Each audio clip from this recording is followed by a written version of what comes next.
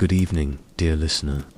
Tonight, we return once more to the forgotten corners of history, uncovering moments that quietly shaped our world. Whether you're curled up in bed or listening with eyes closed, I'm glad you've chosen to spend this peaceful hour here. I'd love to know, where are you tuning in from, and what time is it in your part of the world? Are you just waking up, or drifting off as whispers of the past fill your ears? If you're savoring these serene journeys through time, don't forget to subscribe. Many more nights like this await. Now, close your eyes and picture the golden sands of ancient Egypt stretching endlessly beneath a scorching sun.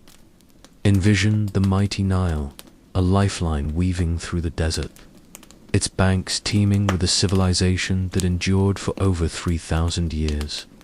We often imagine ancient Egypt as a land of solemn pharaohs, enigmatic pyramids, and sacred rituals. But what did ordinary Egyptians do when the day's work was done? How did they unwind? What sparked laughter in a world we'd consider harsh? The answers might surprise you, because the ancient Egyptians were remarkably inventive when it came to entertainment. They crafted pastimes that seem bizarre to modern sensibilities, yet reveal a people who cherished joy, competition, and simple pleasures just as much as we do today. Let's start with one of the most unexpected forms of fun: their obsession with games of chance and strategy. While gambling might seem like a modern vice, Egyptians were rolling dice and placing bets over 4,000 years ago. Archaeological evidence reveals gaming boards carved from precious woods, inlaid with ivory and gold, proof that gaming wasn't just a peasant's diversion, but a pastime enjoyed by the elite. The most popular game was Senet, roughly meaning passing, or the game of passing through. This wasn't just a way to kill time. It was believed to be a mystical journey through the afterlife. The board consisted of 30 squares arranged in 3 rows of 10. Players moved pieces based on throws of casting sticks or knuckle bones, serving as dice. But Senet wasn't just a race game like modern backgammon. For Egyptians, every move carried spiritual weight. The board symbolized the soul's journey through the underworld, with certain squares representing challenges, traps, or blessings the deceased might encounter. Winning at Senet wasn't just about luck or skill, it was seen as an omen for one's fate in the afterlife. Picture an Egyptian nobleman returning home after overseeing his estates. As the sun sets, casting long shadows across his villa's courtyard, he settles with his wife for an evening game. But this isn't mere amusement. With each toss of the sticks, each strategic move, they're contemplating mortality, fate, and the eternal questions that have haunted humanity since dawn. The game was so culturally vital that Senet boards were placed in tombs, ensuring the dead could play for eternity. Some tomb walls even depict the deceased playing Senet with gods, blurring the line between life and death. But Senet was just one of many board games that captivated Egypt. Another favorite was Menon, named after the serpent god who protected Ra during his nightly underworld voyage. The Men board was circular, designed like a coiled snake, with spaces along its body. Players raced from tail to head, and like Senet, it was steeped in religious symbolism. These games revealed the Egyptian mindset. Unlike modern board games, which are purely recreational, theirs were infused with meaning meditations on life's mysteries that still delivered genuine fun. They grasped something we often forget in our digital age. Play and profundity aren't mutually exclusive. The appeal of these games transcended class. Archaeologists have found Senet boards scratched into temple floors, carved in workers' quarters, and even etched into the Great Pyramid by builders during breaks. whether pharaoh or laborer. The allure of these mystical games was universal. Beyond strategy games, Egyptians devised peculiar sports that would baffle us today. One combined wrestling, acrobatics, and ritual combat performed nude, often to honor gods. These weren't just displays of strength, but multi-day ceremonies. Participants underwent purification, made offerings, then enacted choreographed battles, retelling myths. Imagine crowds cheering as oiled wrestlers reenacted Horus and Set's eternal struggle, bets flying on the outcome. Another crowd pleaser was aquatic, jousting on the Nile during flood season. Teams used poles to knock rivals off bots, a watery version of medieval jousting. The goal: stay balanced while sending opponents splashing into the sacred river. These chaotic battles were soundtracked by drums and flutes, with spectators lining the banks, vendors hawking food, and a carnival atmosphere lasting weeks. The unpredictability added thrill. The flooded Nile carried debris, swift currents, and even wildlife. Participants battled not just each other, but the river itself. Even more daring were hippo races. Yes, Egyptians raced semi-domesticated hippos in controlled environments. Swimmers trained for years competed against these massive beasts, using cunning tactics like diving beneath them or riding their wake. These races became major events, with wealthy sponsors backing athletes and legends emerging. But perhaps the oddest entertainment was their love of elaborate pranks. Wealthy Egyptians took pranking to theatrical extremes, orchestrating elaborate hoaxes that would put modern reality TV to shame. Imagine this: a nobleman conspires with dozens of actors to fake his own death, complete with professional mourners, a staged mummification ceremony, and an ornate false tomb constructed just for the gag.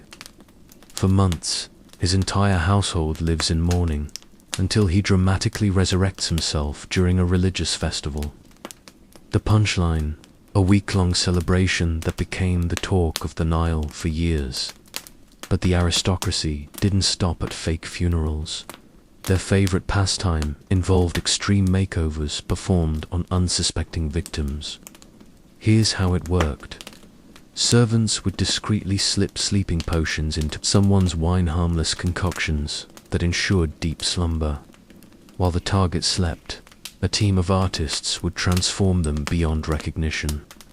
Imagine waking up to find your hair dyed lapis lazuli blue, your skin painted with intricate hieroglyphic patterns, or worse, dressed in the elaborate garb of the opposite gender. These weren't mean-spirited jokes, but carefully crafted performances celebrating wit and creativity. The best pranks wove in mythological references or social commentary, turning each gag into a narrative experience. A particularly clever scheme might parody a current political scandal through the lens of Isis and Osiris lore. Successful pranksters became celebrities, their exploits earning them coveted invitations to high society gatherings across Egypt. The theatricality extended to formalized comedy competitions called contests of pleasant deception. Professional storytellers would face off, spinning increasingly outrageous tales while maintaining perfect seriousness. Judges experts in rhetoric and humor evaluated each lie based on creativity, delivery, and the teller's ability to sell. Absolute nonsense with conviction. One champion storyteller had his audience half convinced he'd discovered a valley where animals governed themselves, complete with a parrot parliament and an elephant judiciary holding court. For hours, he described this animal kingdom's political intrigues with such earnest detail that villagers later claimed to have heard the creatures debating near the riverbanks. This tradition reveals something profound about Egyptian society. They valued intellectual play as much as physical competition. Where we might binge-watch sitcoms, they gathered to appreciate the artistry of a well-told lie. Their humor wasn't just about punchlines, but about world-building, creating shared fictions so vivid they momentarily eclipsed reality. The wealthy also pioneered immersive dinner theater generations before the concept existed in the West. Banquets weren't just meals with musical accompaniment, but multi-act extravaganzas where each course arrived with its own tailored entertainment. Acrobats might tumble between the fish and meat courses. Riddles were served with desert wines. Some hosts staged wisdom battles, where guests debated philosophical dilemmas over date wine, earning jeweled prizes for particularly clever arguments. 1. Surviving papyrus menu details. A feast where servants presented each dish while impersonating different gods. A waiter, as Thoth, might deliver quail with a rhyming prophecy, while another channeling Hathor would accidentally spill wine as part of the act. The high point came when the host's daughter, playing Matt, balanced a scale with honey cakes versus truth tokens to weigh guests' moral worth. Even their children's games carried layers of meaning. Archaeologists have found what appear to be toy sets till you realize they're miniature models of court trials. Kids would play judge and accused, acting out cases where the crime might be making bread too delicious or causing excessive laughter during harvest. These weren't just playthings but training tools, teaching legal principles through absurdity. A precursor to modern mock trial competitions, the Egyptians' flair for dramatics reached its peak in their reverse role festivals. During these sanctioned events, societal hierarchies temporarily flipped. Servants gave orders to masters, children lectured parents, and women took on traditionally male roles. In one recorded instance, a vizier's wife spent a day issuing decrees from his throne, while he played the scriban edict declaring, "All chamber pots shall be gilded," had the palace in stitches for weeks. These weren't anarchic free-for-alls, but carefully structured performances with rules. The vizier still ultimately controlled the household, but the ritualized rebellion served as a pressure valve, letting people safely critique social norms through comedy. Modern psychologists would recognize this as a form of therapeutic roleplay, allowing individuals to process frustrations through controlled absurdity. Perhaps most strikingly, the Egyptians developed entertainment technologies that wouldn't resurface for millennia. In the tomb of a Middle Kingdom noble, archaeologists found what appears to be an ancient board game, till closer inspection revealed it's actually an intricate lie detector. Players answering morality questions would place tokens on squares. Hidden water channels beneath the board made certain spaces harder to press when the player was lying as tension changed their touch. While not scientifically accurate, the mere presence of such a device proves how deeply they integrated play with ethical exploration. From elaborate pranks to philosophical gameplay, the Egyptians understood something we're only now rediscovering. That entertainment at its best doesn't just distract, but helps us see our world and ourselves through new eyes. Their jokes were thought experiments, their games, rehearsals for life's bigger challenges, and their willingness to laugh at themselves, perhaps the most enduring legacy of all. But beyond pranks and games, the ancient Egyptians elevated music and dance into something far beyond mere entertainment. It was the lifeblood coursing through their society's veins. Picture the bustling streets of Memphis during the New Kingdom. The air thick with the metallic jingle of sistrums sacred to Hathor, the honeyed notes of cedarwood harps, and the primal thump of goatskin drums echoing off limestone walls. This wasn't background noise. It was the rhythmic heartbeat of an entire civilization.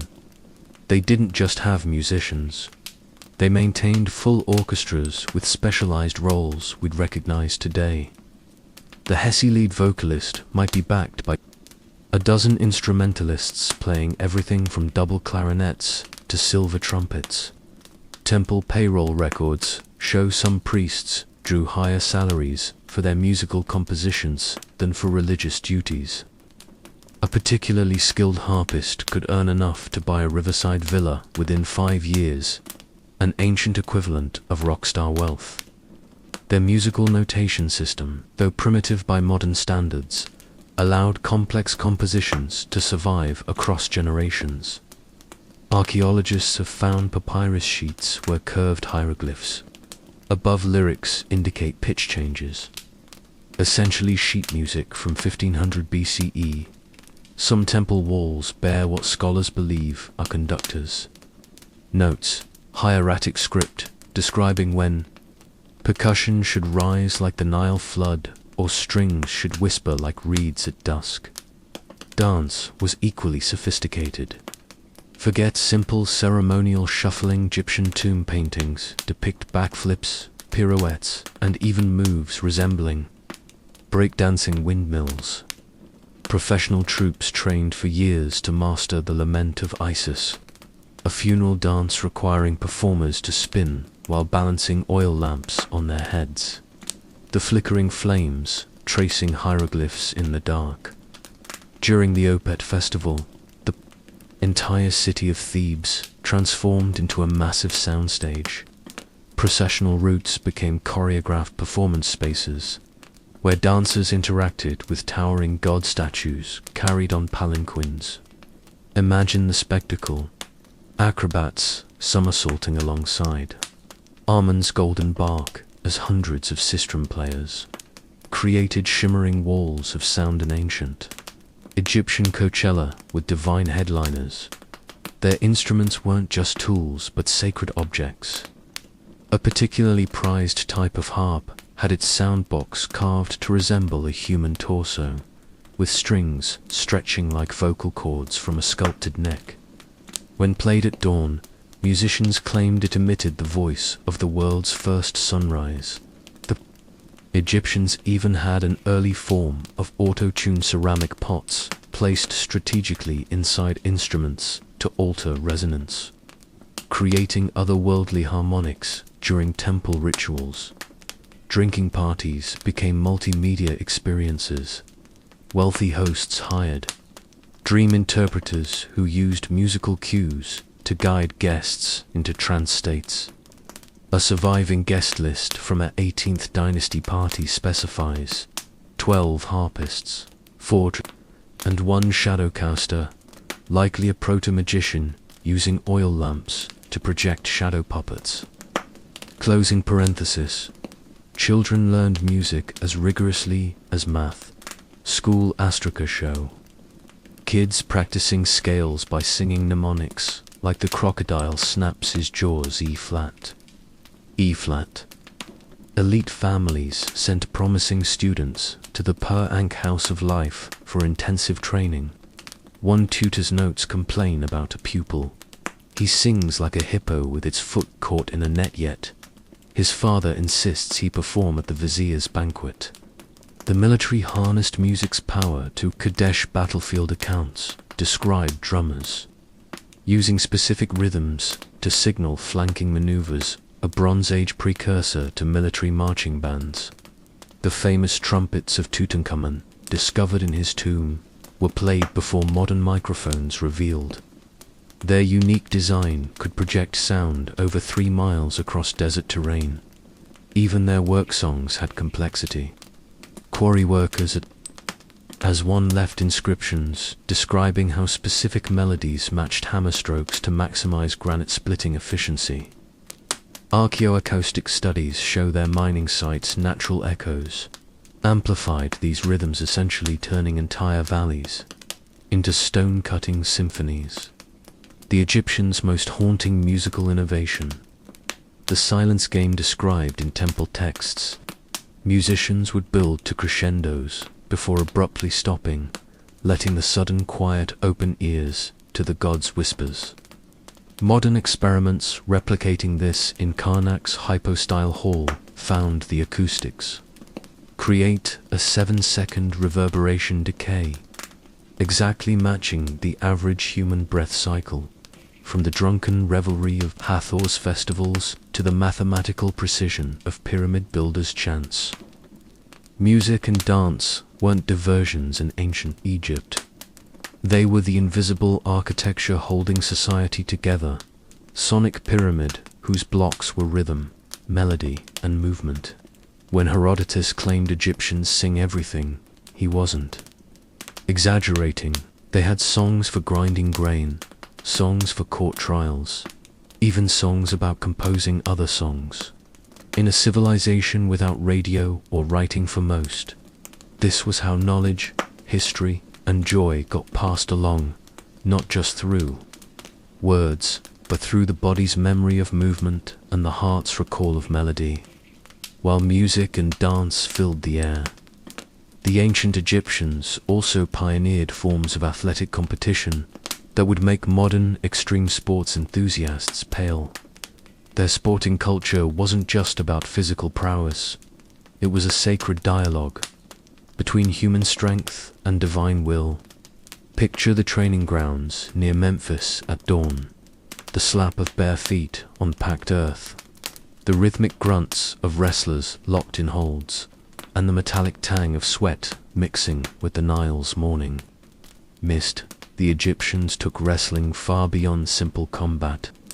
Tomb paintings at Beni Hazen reveal over 200 distinct grappling techniques, many resembling modern judo throws and MMA submissions. But this was no casual pastime.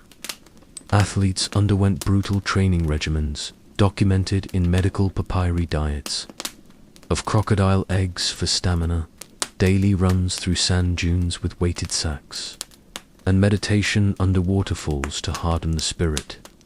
Winners didn't just earn laurels, they received gold of valor necklaces, granting tax exemptions for life. Their version of water jousting elevated boat combat to an art form. During the Nile's annual flooding, teams of 20 men aboard papyrus skiffs would duel with 12-foot poles tipped with padded lotus blooms. The rules: stay standing while capsizing opponent's soul without damaging the sacred river's bounty. Judges in ceremonial barges awarded points for style, with extra honors for anyone who could flip an adversary using just 3 fingers. A move called a Nubis kiss. But the most dangerous sport was undoubtedly hippo racing. Wealthy patrons bred semi-domesticated hippos specifically for competition, their hides decorated with protective hieroglyphs. Racers selected from the strongest swimmers had to complete 3 laps around a course while avoiding the beast's infamous tempers. The Cahoon medical papyrus details treatments for common injuries. For hippo bite, mix honey with crocodile dung. Apply while chanting to Sekhmet. Mortality rates hovered around 1 in 5 participants, yet waiting lists stretched for years. The Egyptians even invented early forms of gymnastics. The dance of the stars involved acrobats performing synchronized routines on limestone platforms oiled to near frictionless perfection. Wall reliefs show athletes forming human pyramids, exactly matching contemporary cheerleading formations, except their bases stood on rotating platforms, operated by hidden priests. Chariot racing became their NASCAR. The Ramesseum's stables housed over 200 war chariots modified for sport, their axles engineered to detach mid-race for dramatic effect. Drivers perfected death-defying stunts, standing on the backs of galloping horses, jumping between moving chariots, or steering blindfolded using only voice commands.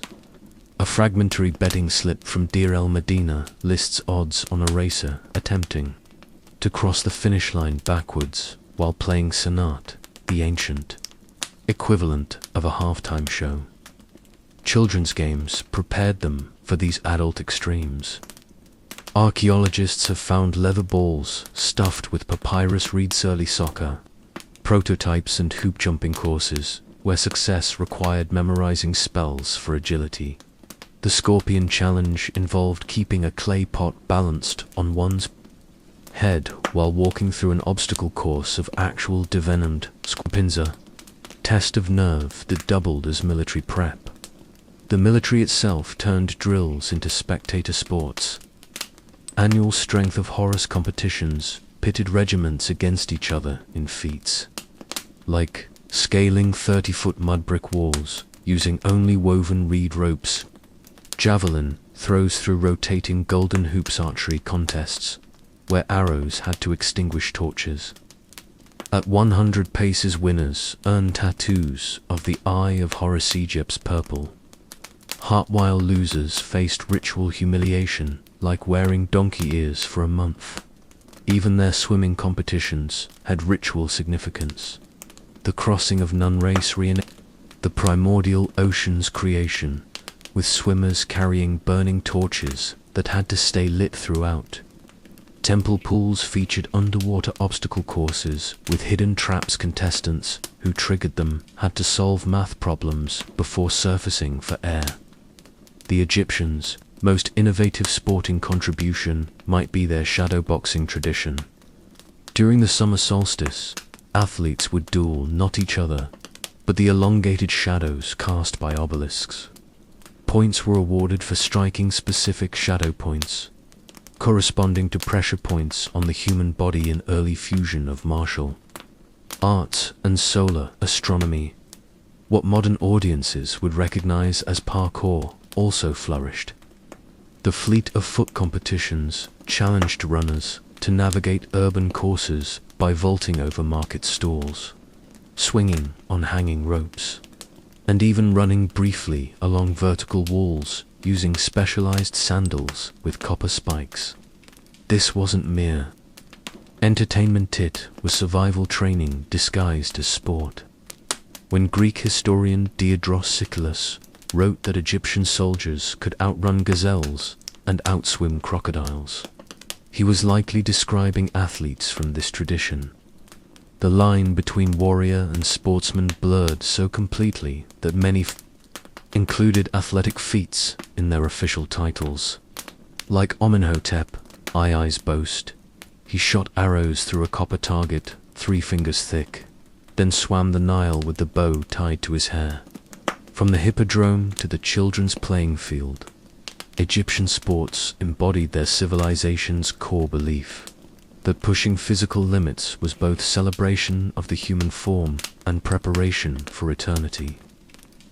Their wall paintings don't show losers mourning defeats. They depict the struggle itself as sacred, every drop of sweat an offering to the gods of vitality. In a world where mortal flesh was just a temporary vessel, these competitions became rehearsals for the soul's eternal journey, where victory wasn't measured in medals, but in having fought beautifully under Ra's watchful eye. While physical competitions tested the body, the ancient Egyptians developed equally sophisticated intellectual pastimes that would put modern trivia nights to shame. Their love of mental challenges birthed entertainment forms blending scholarship, spirituality, and social bonding in ways that still feel remarkably contemporary.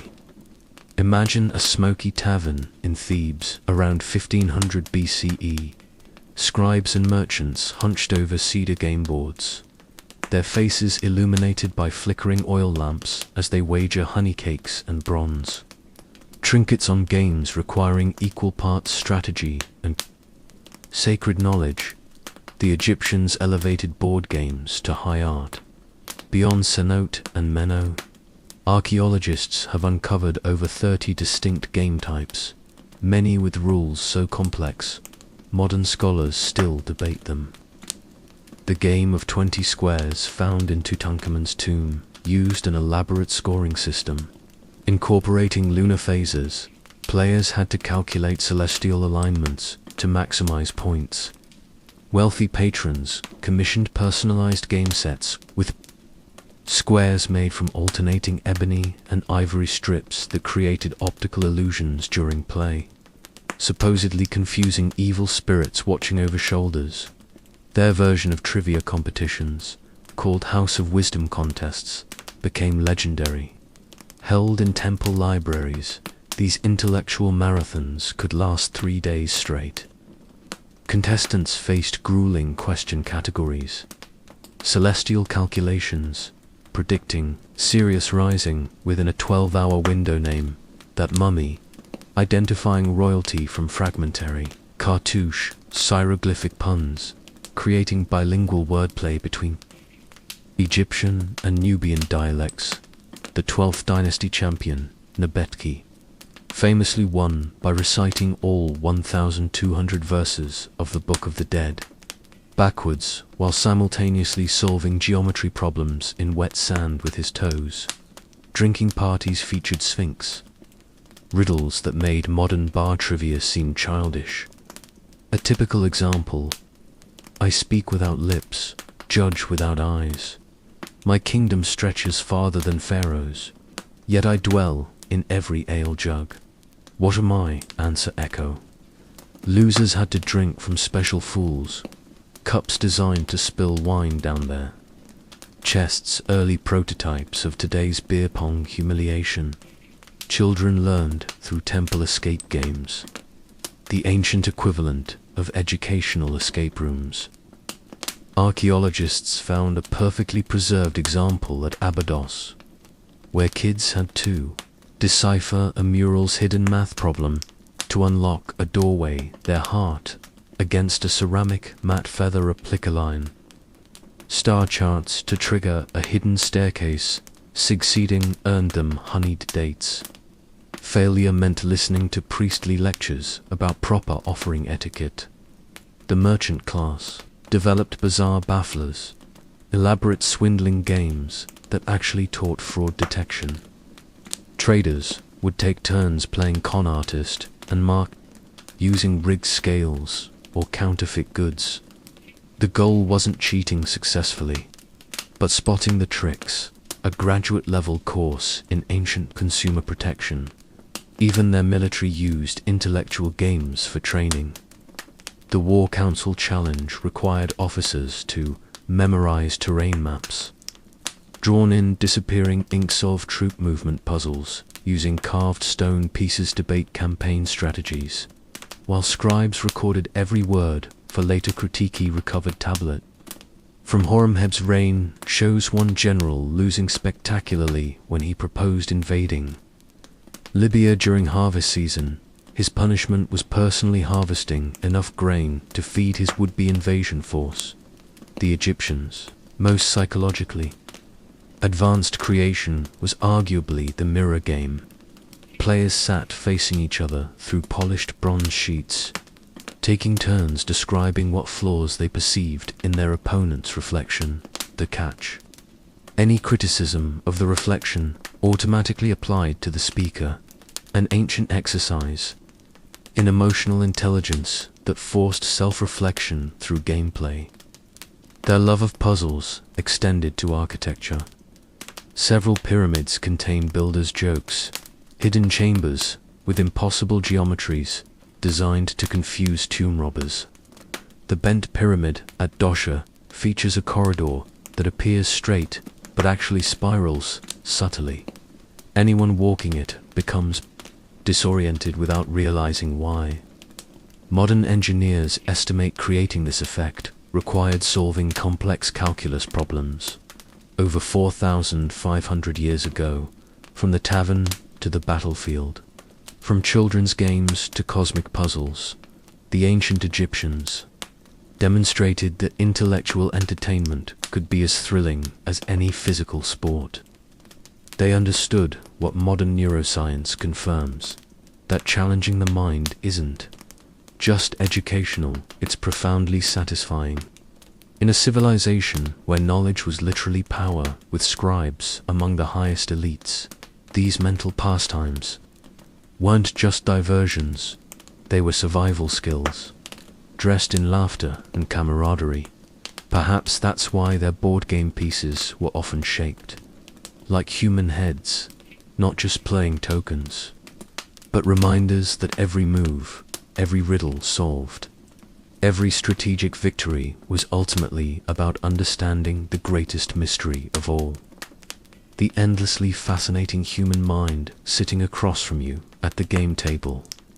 Yet beneath the glittering surface of ancient Egyptian entertainment lay shadowed realms where pleasure intertwined with darker human impulses. The same civilization that created exquisite board games and sacred music also cultivated forms of amusement that would chill modern sensibilities, proof that even the most sophisticated societies harbor contradictions.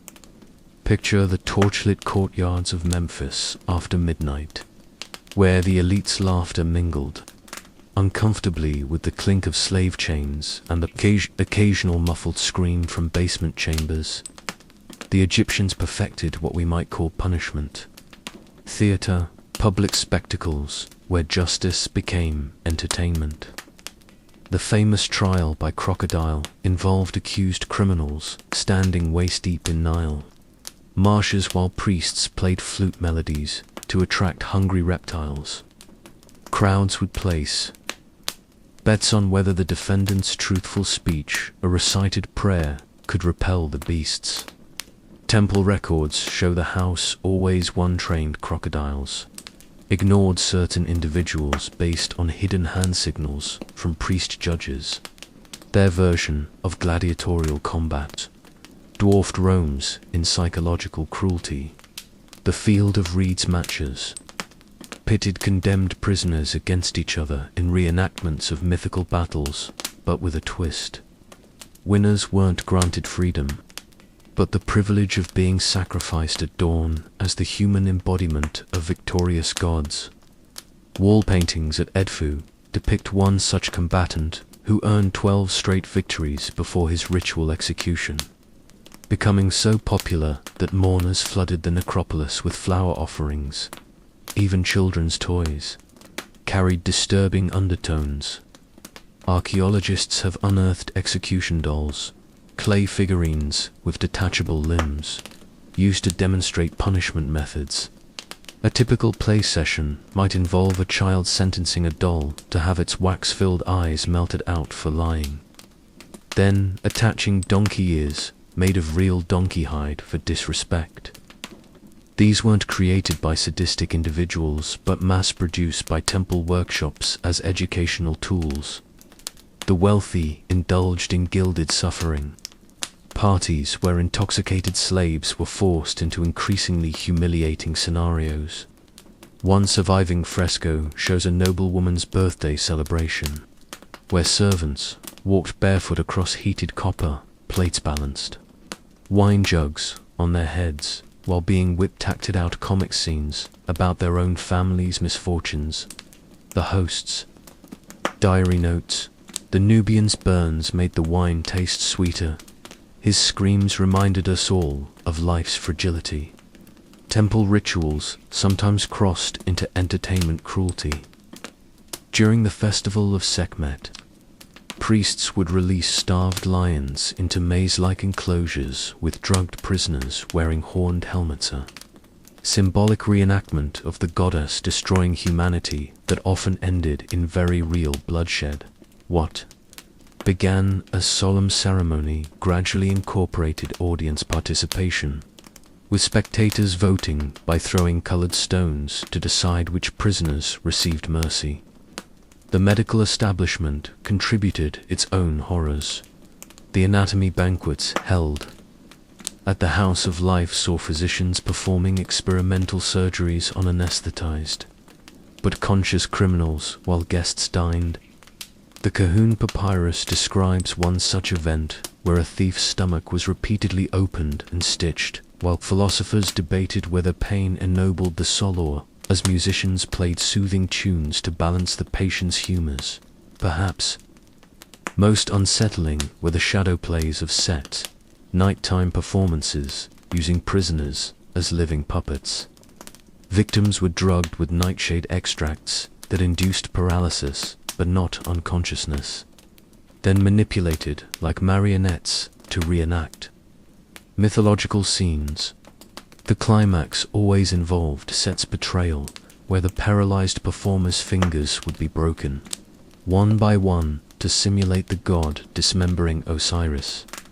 Wealthy households competed to create the most elaborate productions, with some puppets being reused for multiple performances before finally being sacrificed.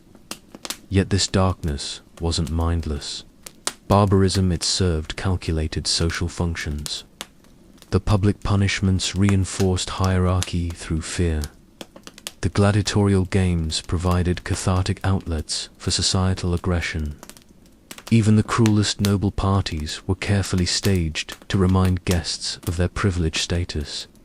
A papyrus from a vizier's archives explains, "When men see the fate of rebels, their own chains feel lighter." Modern archaeologists have found evidence that some victims participated willingly. At Deir el-Medina, a worker's graffiti shows a smiling man with the caption, "I volunteered for crocodile duty, 3 gold deben, for my daughter's dowry is worth 1 arm." This hints at an unsettling economic reality where the poor could trade their bodies or dignity for social mobility. The Egyptians themselves seemed aware of these contradictions. The wisdom text of Tehotep warns laughter at another's pain is like drinking salt water, it leaves you thirstier than before. Yet the same scroll later advises pharaohs to let the people see justice done publicly, that they may marvel at its terrible beauty. This duality permeated their entertainment culture. The same civilization that created heartbreakingly beautiful love poetry also staged executions as performance art. The people who developed advanced medical anesthesia used it not just for healing, but to prolong torture spectacles.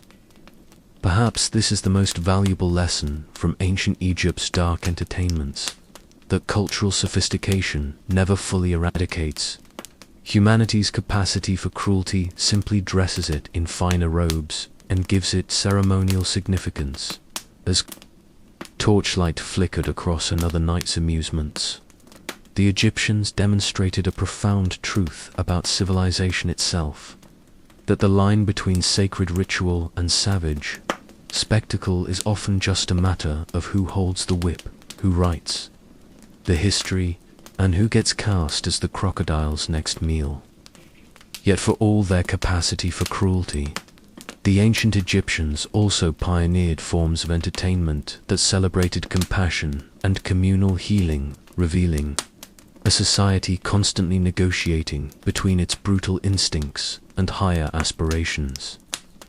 Imagine the sun-dappled courtyards of Heliopolis during the annual Festival of Tears, where entire cities would gather not for revelry, but for collective catharsis. A Bronze Age precursor to modern group therapy sessions disguised as religious pageantry. The lamentation plays staged at this festival were revolutionary for their time.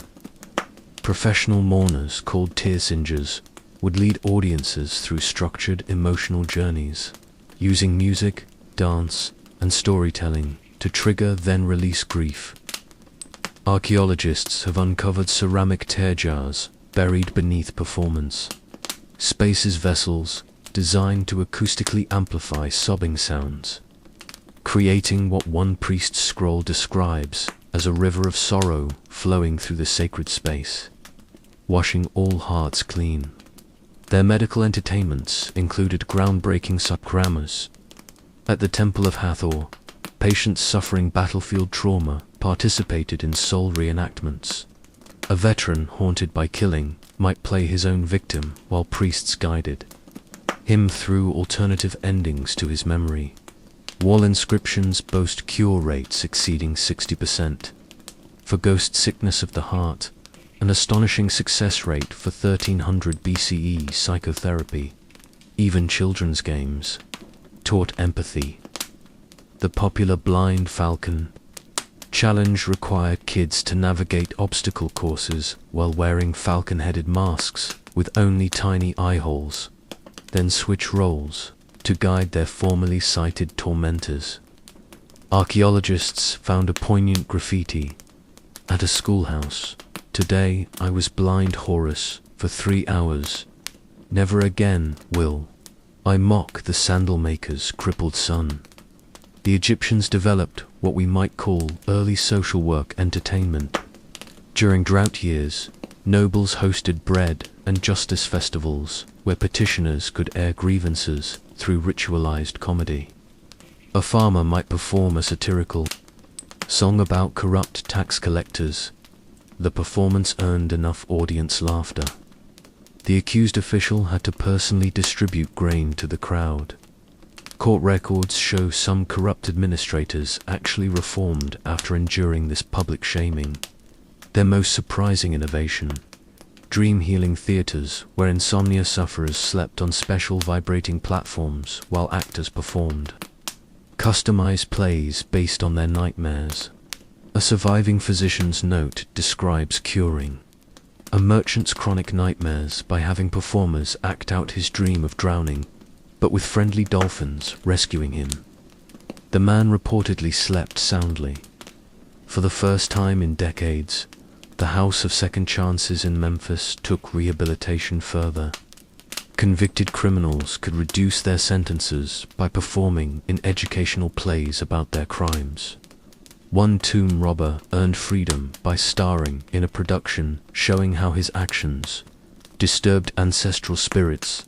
The play became so popular, it toured for 15 years. Even slaves found avenues for dignity through entertainment. The Festival of Reversed Roles allowed servants to temporarily become masters, not as cruel parody as in elite parties, but as sincere cultural exchange. Accounts describe Egyptian nobles doing field labor while Nubian slaves held court, offering surprisingly wise rulings on domestic disputes that were often adopted permanently. This lighter side of Egyptian entertainment reached its zenith in the Courtyard of Whispers, a specially designed space at Karnak where people could anonymously share secrets through acoustic tricks in the walls. Priestesses would collect these confessions, then stage plays addressing common themes without revealing sources. A partial playbill survives, the baker's adultery or how Mot's scales balance themselves in time. What makes these compassionate entertainments remarkable is their institutional support. Temple records show budgets for healing plays rivaled those for military training. The position of joybringer, a sort of ancient entertainment therapist, was among the highest paid non-priestly roles. A New Kingdom vizier's decree states, "As the Nile nourishes our fields, so must laughter and tears nourish our people's spirits in equal measure." Modern psychologists would recognize many techniques: exposure therapy in the nightmare plays, cognitive restructuring in the soul reenactments, even early forms of psychodrama. But the Egyptians framed these not as clinical treatments, but as communal celebrations, blurring the line between healing and entertainment until they became one. Perhaps this duality explains why Egyptian civilization endured so long. A people who could both watch gladiatorial sacrifices and participate in tear-soaked catharsis festivals possessed a cultural immune system, able to metabolize both cruelty and compassion without collapsing into either extreme. Their entertainment wasn't escape from reality, but a way to process reality's full spectrum. Not distraction from life's pain, but training for bearing it together in the end. The greatest show ancient Egypt ever produced may have been its own resilient society, civilization that somehow balanced crocodile trials with dream theaters, that could build both execution dolls and acoustic tear jars. Their legacy whispers across millennia that entertainment at its highest doesn't just amuse or terrify, but helps us become more fully human by letting us practice all the roles our complex nature demands: victor and victim, mourner and healer, sinner and redeemed. As the golden sun dipped below the pyramids, casting elongated shadows across the Nile, the ancient Egyptians transformed their cities into dazzling wonderlands of light and illusion, pioneering forms of nighttime entertainment that fused technology, spirituality, and pure spectacle in ways that would not be seen again until the modern era. Picture the great temple complex at Karnak after dark, thousands of oil-filled alabaster lamps glowing like captured stars, their light refracting through hanging crystals to paint constellations across limestone columns, while priests manipulated giant polished bronze mirrors to send beams, slicing through clouds of incense in precise geometric patterns. Their mastery of illumination birthed the world's first projection shows. During the Festival of Rebirth, priests used an elaborate system of water-filled lenses and moving flame sources to animate colossal wall carvings. A surviving technician's manual from the 19th dynasty details how they made Amon's statue appear to speak. When the third torch reaches the height of the god's lips, let the steam rise from the copper vessel. Behold, his mouth shall issue forth divine breath. Modern engineers replicating this effect found the timing had to be precise to 0.3 seconds, astonishing feat of pre-clockwork. Synchronization, shadow puppetry reached unprecedented sophistication. The moving walls of Thebes' performances employed not just flat puppets, but intricate articulated figures with interchangeable parts. A complete set discovered in a Luxor tomb includes 37 carved hands in various blessing gestures, 15 animal heads that click into place, crocodile puppet whose jaw opens via hidden strings to swallow.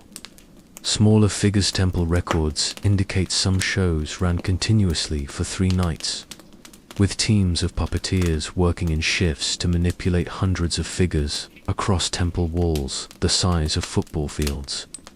But their most breathtaking light spectacle was undoubtedly the celestial navigation ceremony. During the summer solstice, priests positioned 365 oil lamps, one for each day of their calendar, along Karnak's processional avenue. As the night progressed, they extinguished lamps in precise sequences matching the decans, the star groups Egyptians used to mark nighttime hours. The effect, a giant slow-motion astronomical clock where participants literally walked through time as constellations faded around them. Greek historian Diodorus Siculus wrote, "The stars descend to earth, and mortal feet tread the same paths as heavenly bodies. Never have I witnessed philosophy made visible." The Egyptians even developed early forms of interactive theater. At Abydos, archaeologists found an audience participation floor mosaic with pressure-sensitive tiles. When stepped on, they triggered hidden mechanisms that released perfumed mist from wall nozzles, changed the pitch of nearby musicians' instruments, adjusted lamp brightness in corresponding sections, say priests, scroll, boasts. The temple itself learns each visitor's heart and responds accordingly. Lazy man finds the lights dim, while the curious are rewarded with ever brighter revelations. Children's nighttime entertainment blended education with wonder. The lamp riddles game involved solving math problems to unlock progressively brighter light sources. Early gamified learning. A surviving school tablet shows a teacher's note. If Poopy cannot calculate the oil needed for 5 lamps burning 3 hours, let him sit in darkness until the solution comes. The military adapted these technologies for strategic deception. The Ghost Army technique used precisely angled mirrors and timed lamp extinguishing to make troop movements appear 3 times larger, or sometimes invisible to enemies across the Nile. A captured Hittite soldier's account describes the terror of seeing an entire division vanish like extinguished candles, only to reappear behind our lines.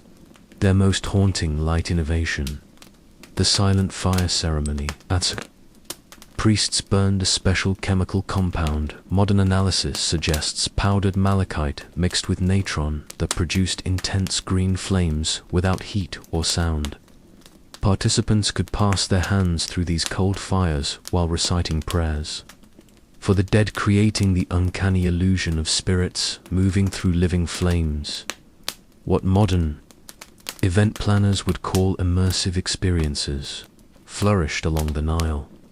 The journey through Duat, attraction at Dendera Temple, recreated the afterlife voyage, with suspended bridges that swayed like solar barks, hidden water jets simulating river obstacles, temperature-controlled chambers ranging from desert heat to tomb.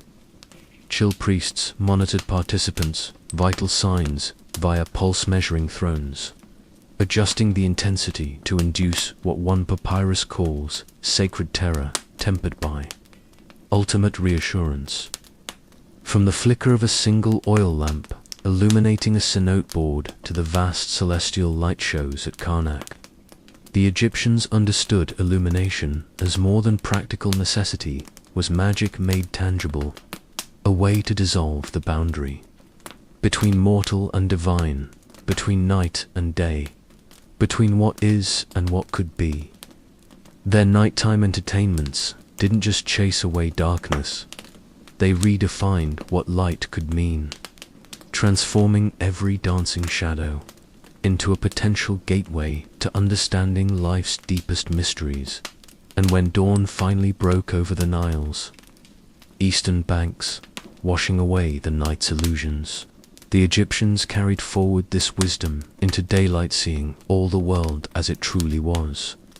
The greatest light show of all, with Ra as its eternal stage manager and every human life a carefully choreographed beam in the cosmic production. As the Nile's annual floodwaters receded, revealing fertile black soil beneath, the ancient Egyptians celebrated with festivals that transformed agricultural labor into spectacular entertainment, proving that even the most mundane tasks could be elevated to art. Picture the scene at harvest time, entire villages moving in rhythmic unison through golden wheat fields, their sickles flashing in the sun as drummers kept time and singers wove each motion into lyrical verses about Demeter's bounty. This wasn't just farming, it was choreographed performance. On a civilizational scale, the Dance of the Reapers was their masterpiece of productive entertainment. Teams of 20 workers moved in geometric patterns while harvesting, their footwork designed to simultaneously maximize crop yield by following precise angles. Create mesmerizing visual effects for spectators, embed mathematical lessons about geometry's sacred ratios. Paintings at Beni Hassan show these formations, matching celestial constellations. The same movements that threshed wheat also mapped Orion's belt across the trampled chaff. Threshing floors became open-air theaters. The song of the winnowers involved women tossing grain into the air while singing harmonies that mimicked the rising and falling kernels. Skilled performers could sustain 4-part counterpoint while keeping perfect time with their sieves. Archaeologists found ceramic grain scoops tuned to specific musical notes when used correctly. They produced harmonic intervals said to please both the earth and sky gods. Even irrigation work became performance art. During the ceremony of the Shadoof, teams operated the iconic water-lifting devices in synchronized sequences that created hydraulic rhythms. The most skilled could make their Shadoofs sing using precisely calibrated counterweights to produce melodic clanking sounds. A fragmentary engineering scroll from Amarna details how to tune the devices. When the bucket descends at 45 degrees to the current, its song shall match the Hyperlydian. mode most pleasing to Hopi. The Egyptians took competitive farming to extremes. Annual sowing Olympics pitted villagers against each other in events like straightest furrow carving, judged by stretched cords, most symmetrical seeds scattering measured with copper grids fastest. OX blowing, while maintaining perfect hymn tempo, winners received golden hose and tax breaks. Losers had to perform comic pantomimes about agricultural blunders during the next festival. Their most ingenious fusion of labor and entertainment was the hieroglyphic harvest. Teams would arrange harvested crops in the fields to form giant, temporary hieroglyphs visible from nearby hills. Some messages spanned a Cursor New Kingdom record involved 600 workers, creating a readable proclamation about Pharaoh's generosity. That remained visible for 11 days before birds ate the grain. Children learned farming through elaborate games. The Scarecrow Challenge required them to protect mock crops from older kids, playing pest animals, using only approved noisemakers and movement patterns from actual field techniques. A school ostracon complains. Pupil Ankman disqualified. For kicking the locust, real farmers don't use feet. The Grain Accounting Theatre blended math education with drama. At community granaries, scribes staged plays where characters represented different quantities. A voluptuous woman symbolized a Hecate measure, while a thin man stood for fractions. Villagers watched dramatic battles between these numeral characters. To understand crop distribution calculations, market days became economic spectacles.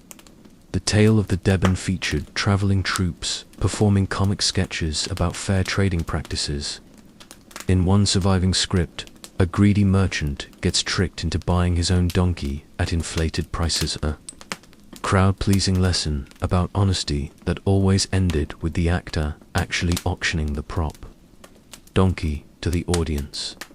The flooding season inspired water-based performances.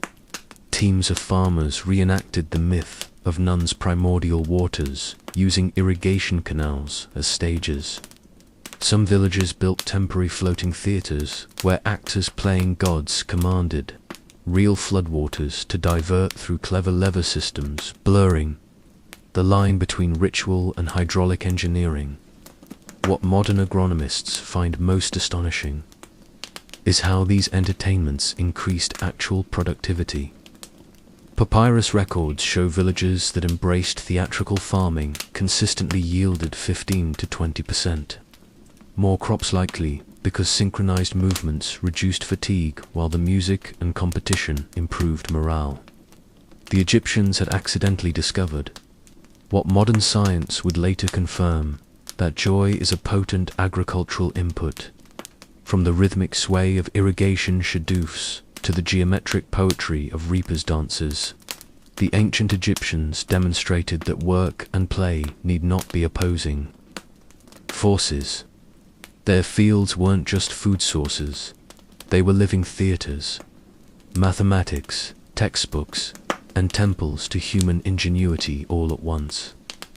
In a civilization where survival depended on agricultural success, they chose not to resent the labor, but to celebrate it, transforming back-breaking toil into a grand performance where every villager was both worker and artist. Every harvest, both necessity and masterpiece. Perhaps this explains why their agricultural festivals outlasted dynasties. When work becomes worship and sweat becomes art, even the most routine tasks take on eternal significance. The true crop they harvested wasn't just wheat or barley, but the enduring human capacity to find transcendence in the soil beneath our feet and the songs that rise from it. While daylight hours were filled with agricultural theatrics, the ancient Egyptians reserved their most daring entertainment for the liminal spaces between day and night, those magical twilight hours when the world seemed to hold its breath. As Ra's solar bark dipped below the western horizon and the first stars of the Duat emerged, an entirely different Egypt awakened, a realm of fire dancers, shadow puppeteers, and celestial storytellers who transformed the threshold between light and darkness into a stage for the extraordinary. The Twilight Games, held at the summer solstice, represented the pinnacle of this liminal entertainment. For 7 consecutive evenings, performers exploited the unique lighting conditions when the sun's angle made shadows stretch to impossible lengths. Acrobats would create towering silhouette illusions. Single handstand could make a dancer's shadow stretch across an entire temple wall. The most skilled could step from one monument's shadow to another's without ever touching illuminated ground, creating the illusion of floating through air. Their fire manipulation techniques bordered on supernatural. The serpents of Sekhmet troops used copper rods soaked in special chemicals to produce colored flames that writhed like living creatures. Temple records describe a signature move where performers would breathe cascades of blue fire that formed temporary hieroglyphs. A feat modern pyrotechnicians still can't fully replicate. The secret died with its last practitioner, though archaeologists found a cryptic recipe mentioning powdered lapis, natron, and the tears of a falsely accused woman. Celestial storytelling became high art during these hours. The Star Ladder.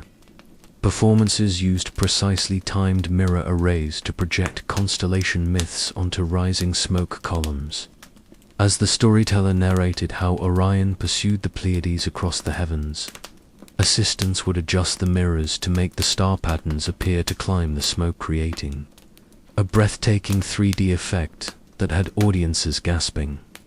Greek astronomer Hipparchus later admitted Egyptian star shows influenced his own work, marveling at how they made the cosmos dance for common laborers. Children played dusk tag with luminescent stones, a game requiring players to switch strategies completely when the temple bells marked official sunset. What began as a straightforward chase game would morph into a stealth contest where hiding in shadows earned more points than tagging. The game's rules, preserved on a school ostrakon, state: when Anubis hour begins, the seeker must cover one eye, for night renders all perspectives partial. The military adapted these techniques for tactical advantage. The vanishing hour maneuver had scouts use the twilight's peculiar lighting to appear and disappear at will. A Hittite prisoner's account describes the terror of seeing Egyptian units melt into the coming night, only to materialize closer with each blink. Modern special forces still study these ancient shadow movement techniques, but the most philosophically profound twilight entertainment was the opposite's court, held at the exact moment the sun's disk vanished below the horizon. This ritual debate forum required participants to argue positions opposite to their true beliefs. Farmers defended aristocracy, priests argued for atheism, and in records that still shock historians, even pharaohs occasionally played beggars. The rules demanded all judgments be rendered precisely at darkness full arrival, symbolizing life's inherent ambiguities. The Egyptians even created early forms of interactive astronomy. During planetary alignments, priests would set up star tables, large limestone slabs with grooves filled with different levels of water to refract starlight. Participants could play these like cosmic instruments, mixing celestial light to create temporary new constellations. A particularly elaborate set found at Denver has grooves corresponding to Venus' 8-year cycle. Their twilight cuisine added another sensory layer. Street vendors sold horizon cakes, pastries flavored with ingredients that changed taste. As daylight faded due to chemical reactions with saliva, One popular version started savory like roasted garlic at sunset, but became sweet as honey by full dark. Medical texts recommended these for balancing the day's humors with night's mysteries.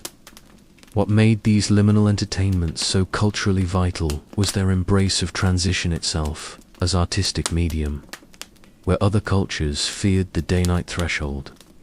Egyptians celebrated its fluidity. Their word for twilight, akbet, also meant the world's eyelid blinking between realities. Performers were trained to exploit these moments when perception becomes malleable, using the physics of fading light to create experiences that lived in memory's borderlands, from the last golden rays glinting off a fire dancer's copper staff, to the first silver starlight catching a storyteller's raised hand.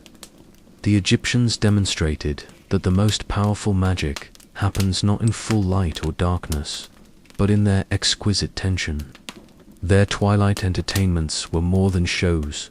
They were rehearsals for life's ultimate transition, teaching generations to face the unknown with wonder rather than fear, to greet uncertainty not with dread but with artistry. And when the last echo of the star ladders faded and true night finally fell, the Egyptians carried forward this wisdom, understanding that every ending is also a beginning, that every setting sun promises a dawn, and that the most profound truths often reveal themselves not in broad daylight, but in the delicate in-between, moments when the world turns from one state to another and anything seems possible.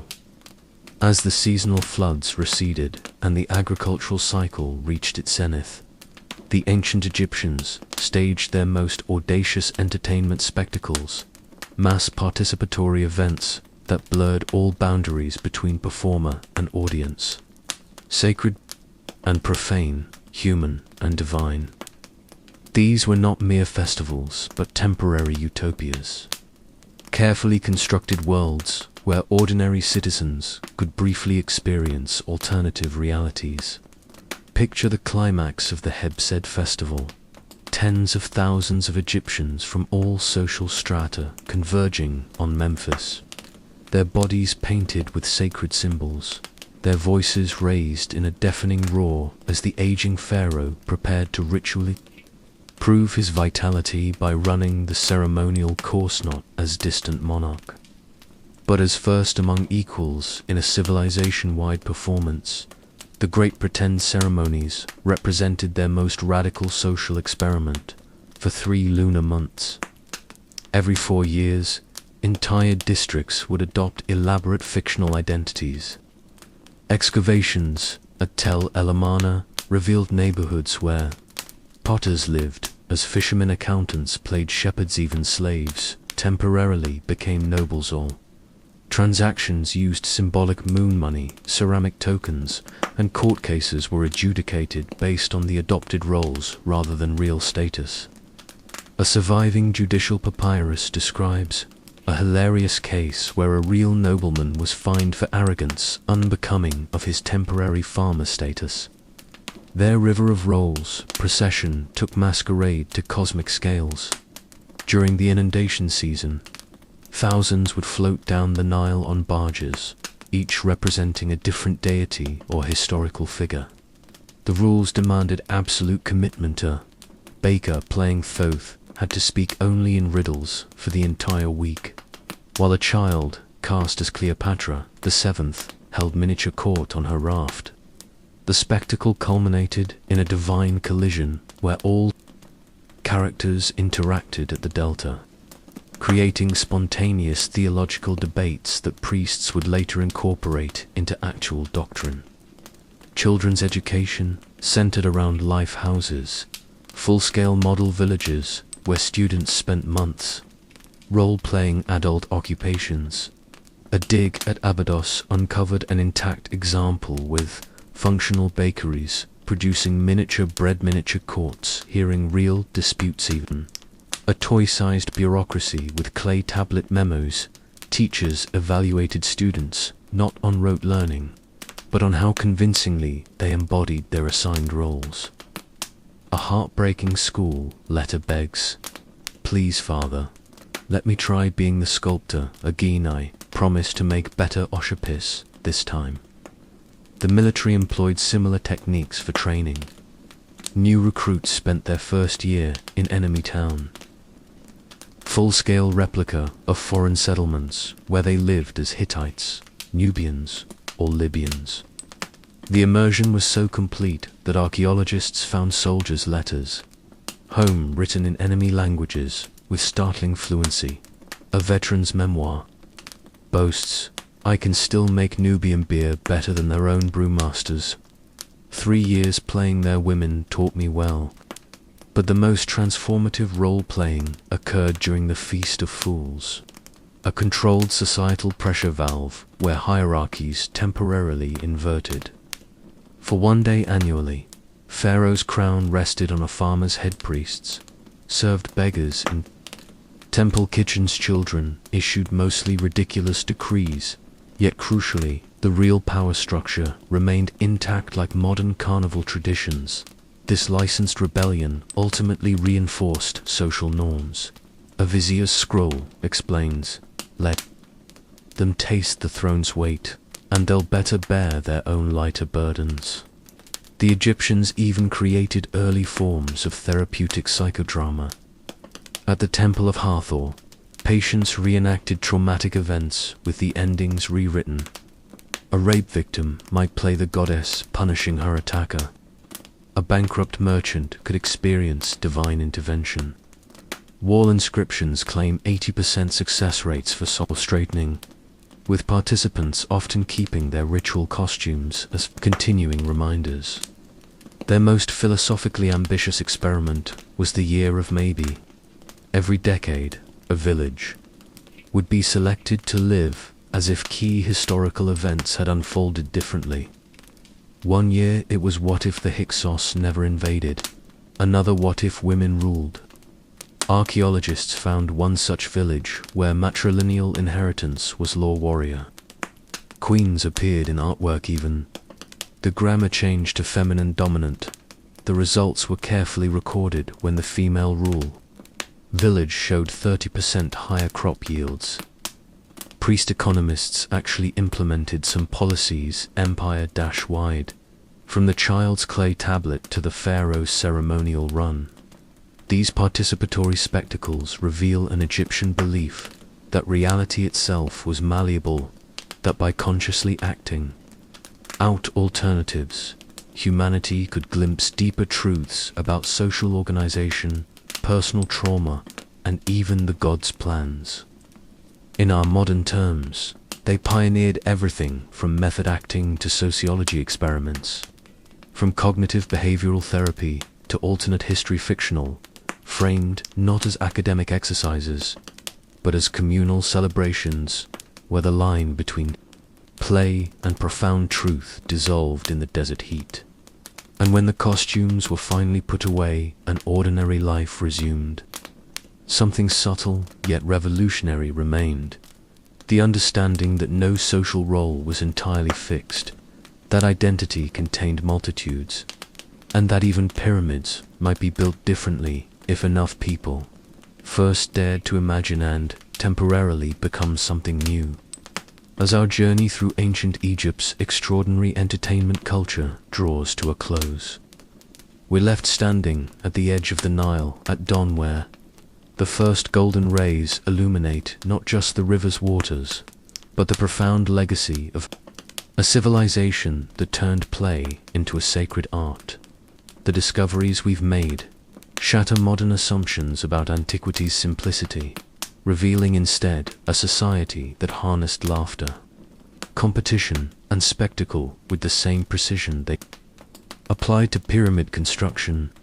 From the mystical game boards guiding souls through the afterlife to the cathartic tear festivals healing collective trauma, the Egyptians demonstrated that entertainment was never mere diversion, it was the living pulse of their civilization.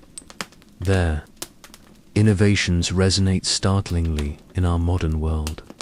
The House of Maybe role-playing experiments anticipated social psychology studies by millennia. The therapeutic dream theaters operated on principles modern neuroscientists now confirm about trauma processing. Even their seemingly bizarre hippo races revealed an understanding of risk-calibrated reward systems that today's behavioral economists model with supercomputers. Yet for all their sophistication, perhaps the most poignant lesson lies in how the Egyptians democratized joy. Unlike the Greek symposia reserved for aristocratic men or Roman circuses designed to pacify the masses, Egyptian entertainment consistently provided avenues for all to participate.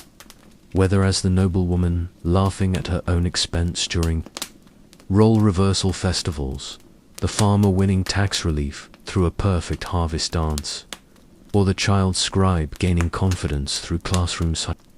Their amusements weren't escapes from society, but pathways deeper into its fabric. The archaeological record preserves moving testaments to this inclusive spirit.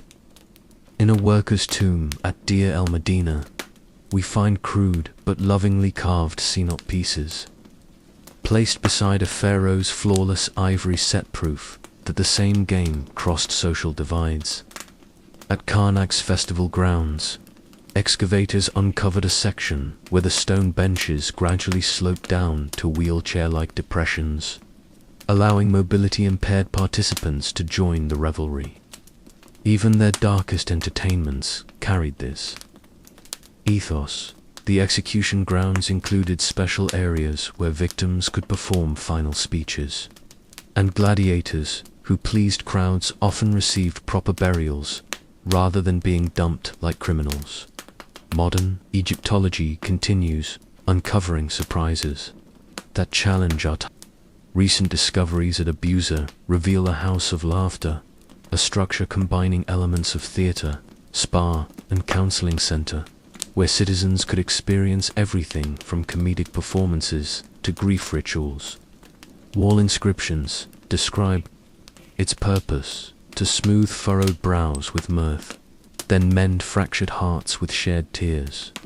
Carbon dating places it at 2600 BCE, making it possibly the world's oldest dedicated entertainment complexer, staggering 1,000 years before similar Greek structures. The Egyptians' most enduring innovation may be how they weaponized joy against life's hardships. Medical papyri prescribe comedy routines for depression, dance for arthritis, and competitive games for cognitive decline. A particularly moving ostracon from a plague year records a mayor's decree: double the festival rations when fear walks the streets. We must meet it with louder songs and brighter colors. As the morning sun now climbs higher, burning away the Nile's mist, we see their legacy clearly. These weren't primitive people amusing themselves. Before the real achievements of Greece and Rome, they were entertainment pioneers whose insights about human psychology, social cohesion, and the transformative power of play still outpace much of what passes for leisure today. The Senet boards lying silent in museums weren't just games, they were training grounds for eternity. The faded festival murals aren't mere decorations, they're blueprints for building societal resilience. Even the most outlandish hippo races and drunken revelries served higher purposes: to remind a civilization haunted by mortality that joy, too, is sacred. So the next time you lose yourself in a gripping movie, cheer at a sports match, or even play a simple board game with friends, remember your walking paths first laid by those ancient Egyptians who understood that how a society plays reveals its deepest values. Their greatest monument isn't the Sphinx or the pyramids, but the radical idea that entertainment at its best doesn't distract us from life's meaning. It helps us discover it. Together, one laugh, one tear, one thrilling moment at a time. And as our own modern world grapples with isolation, polarization, and existential dread, perhaps we could learn from those long-ago revelers along the Nile. that true entertainment isn't about forgetting our troubles in darkened theaters, but about illuminating them together with the brilliant, fleeting, utterly essential light of shared joy.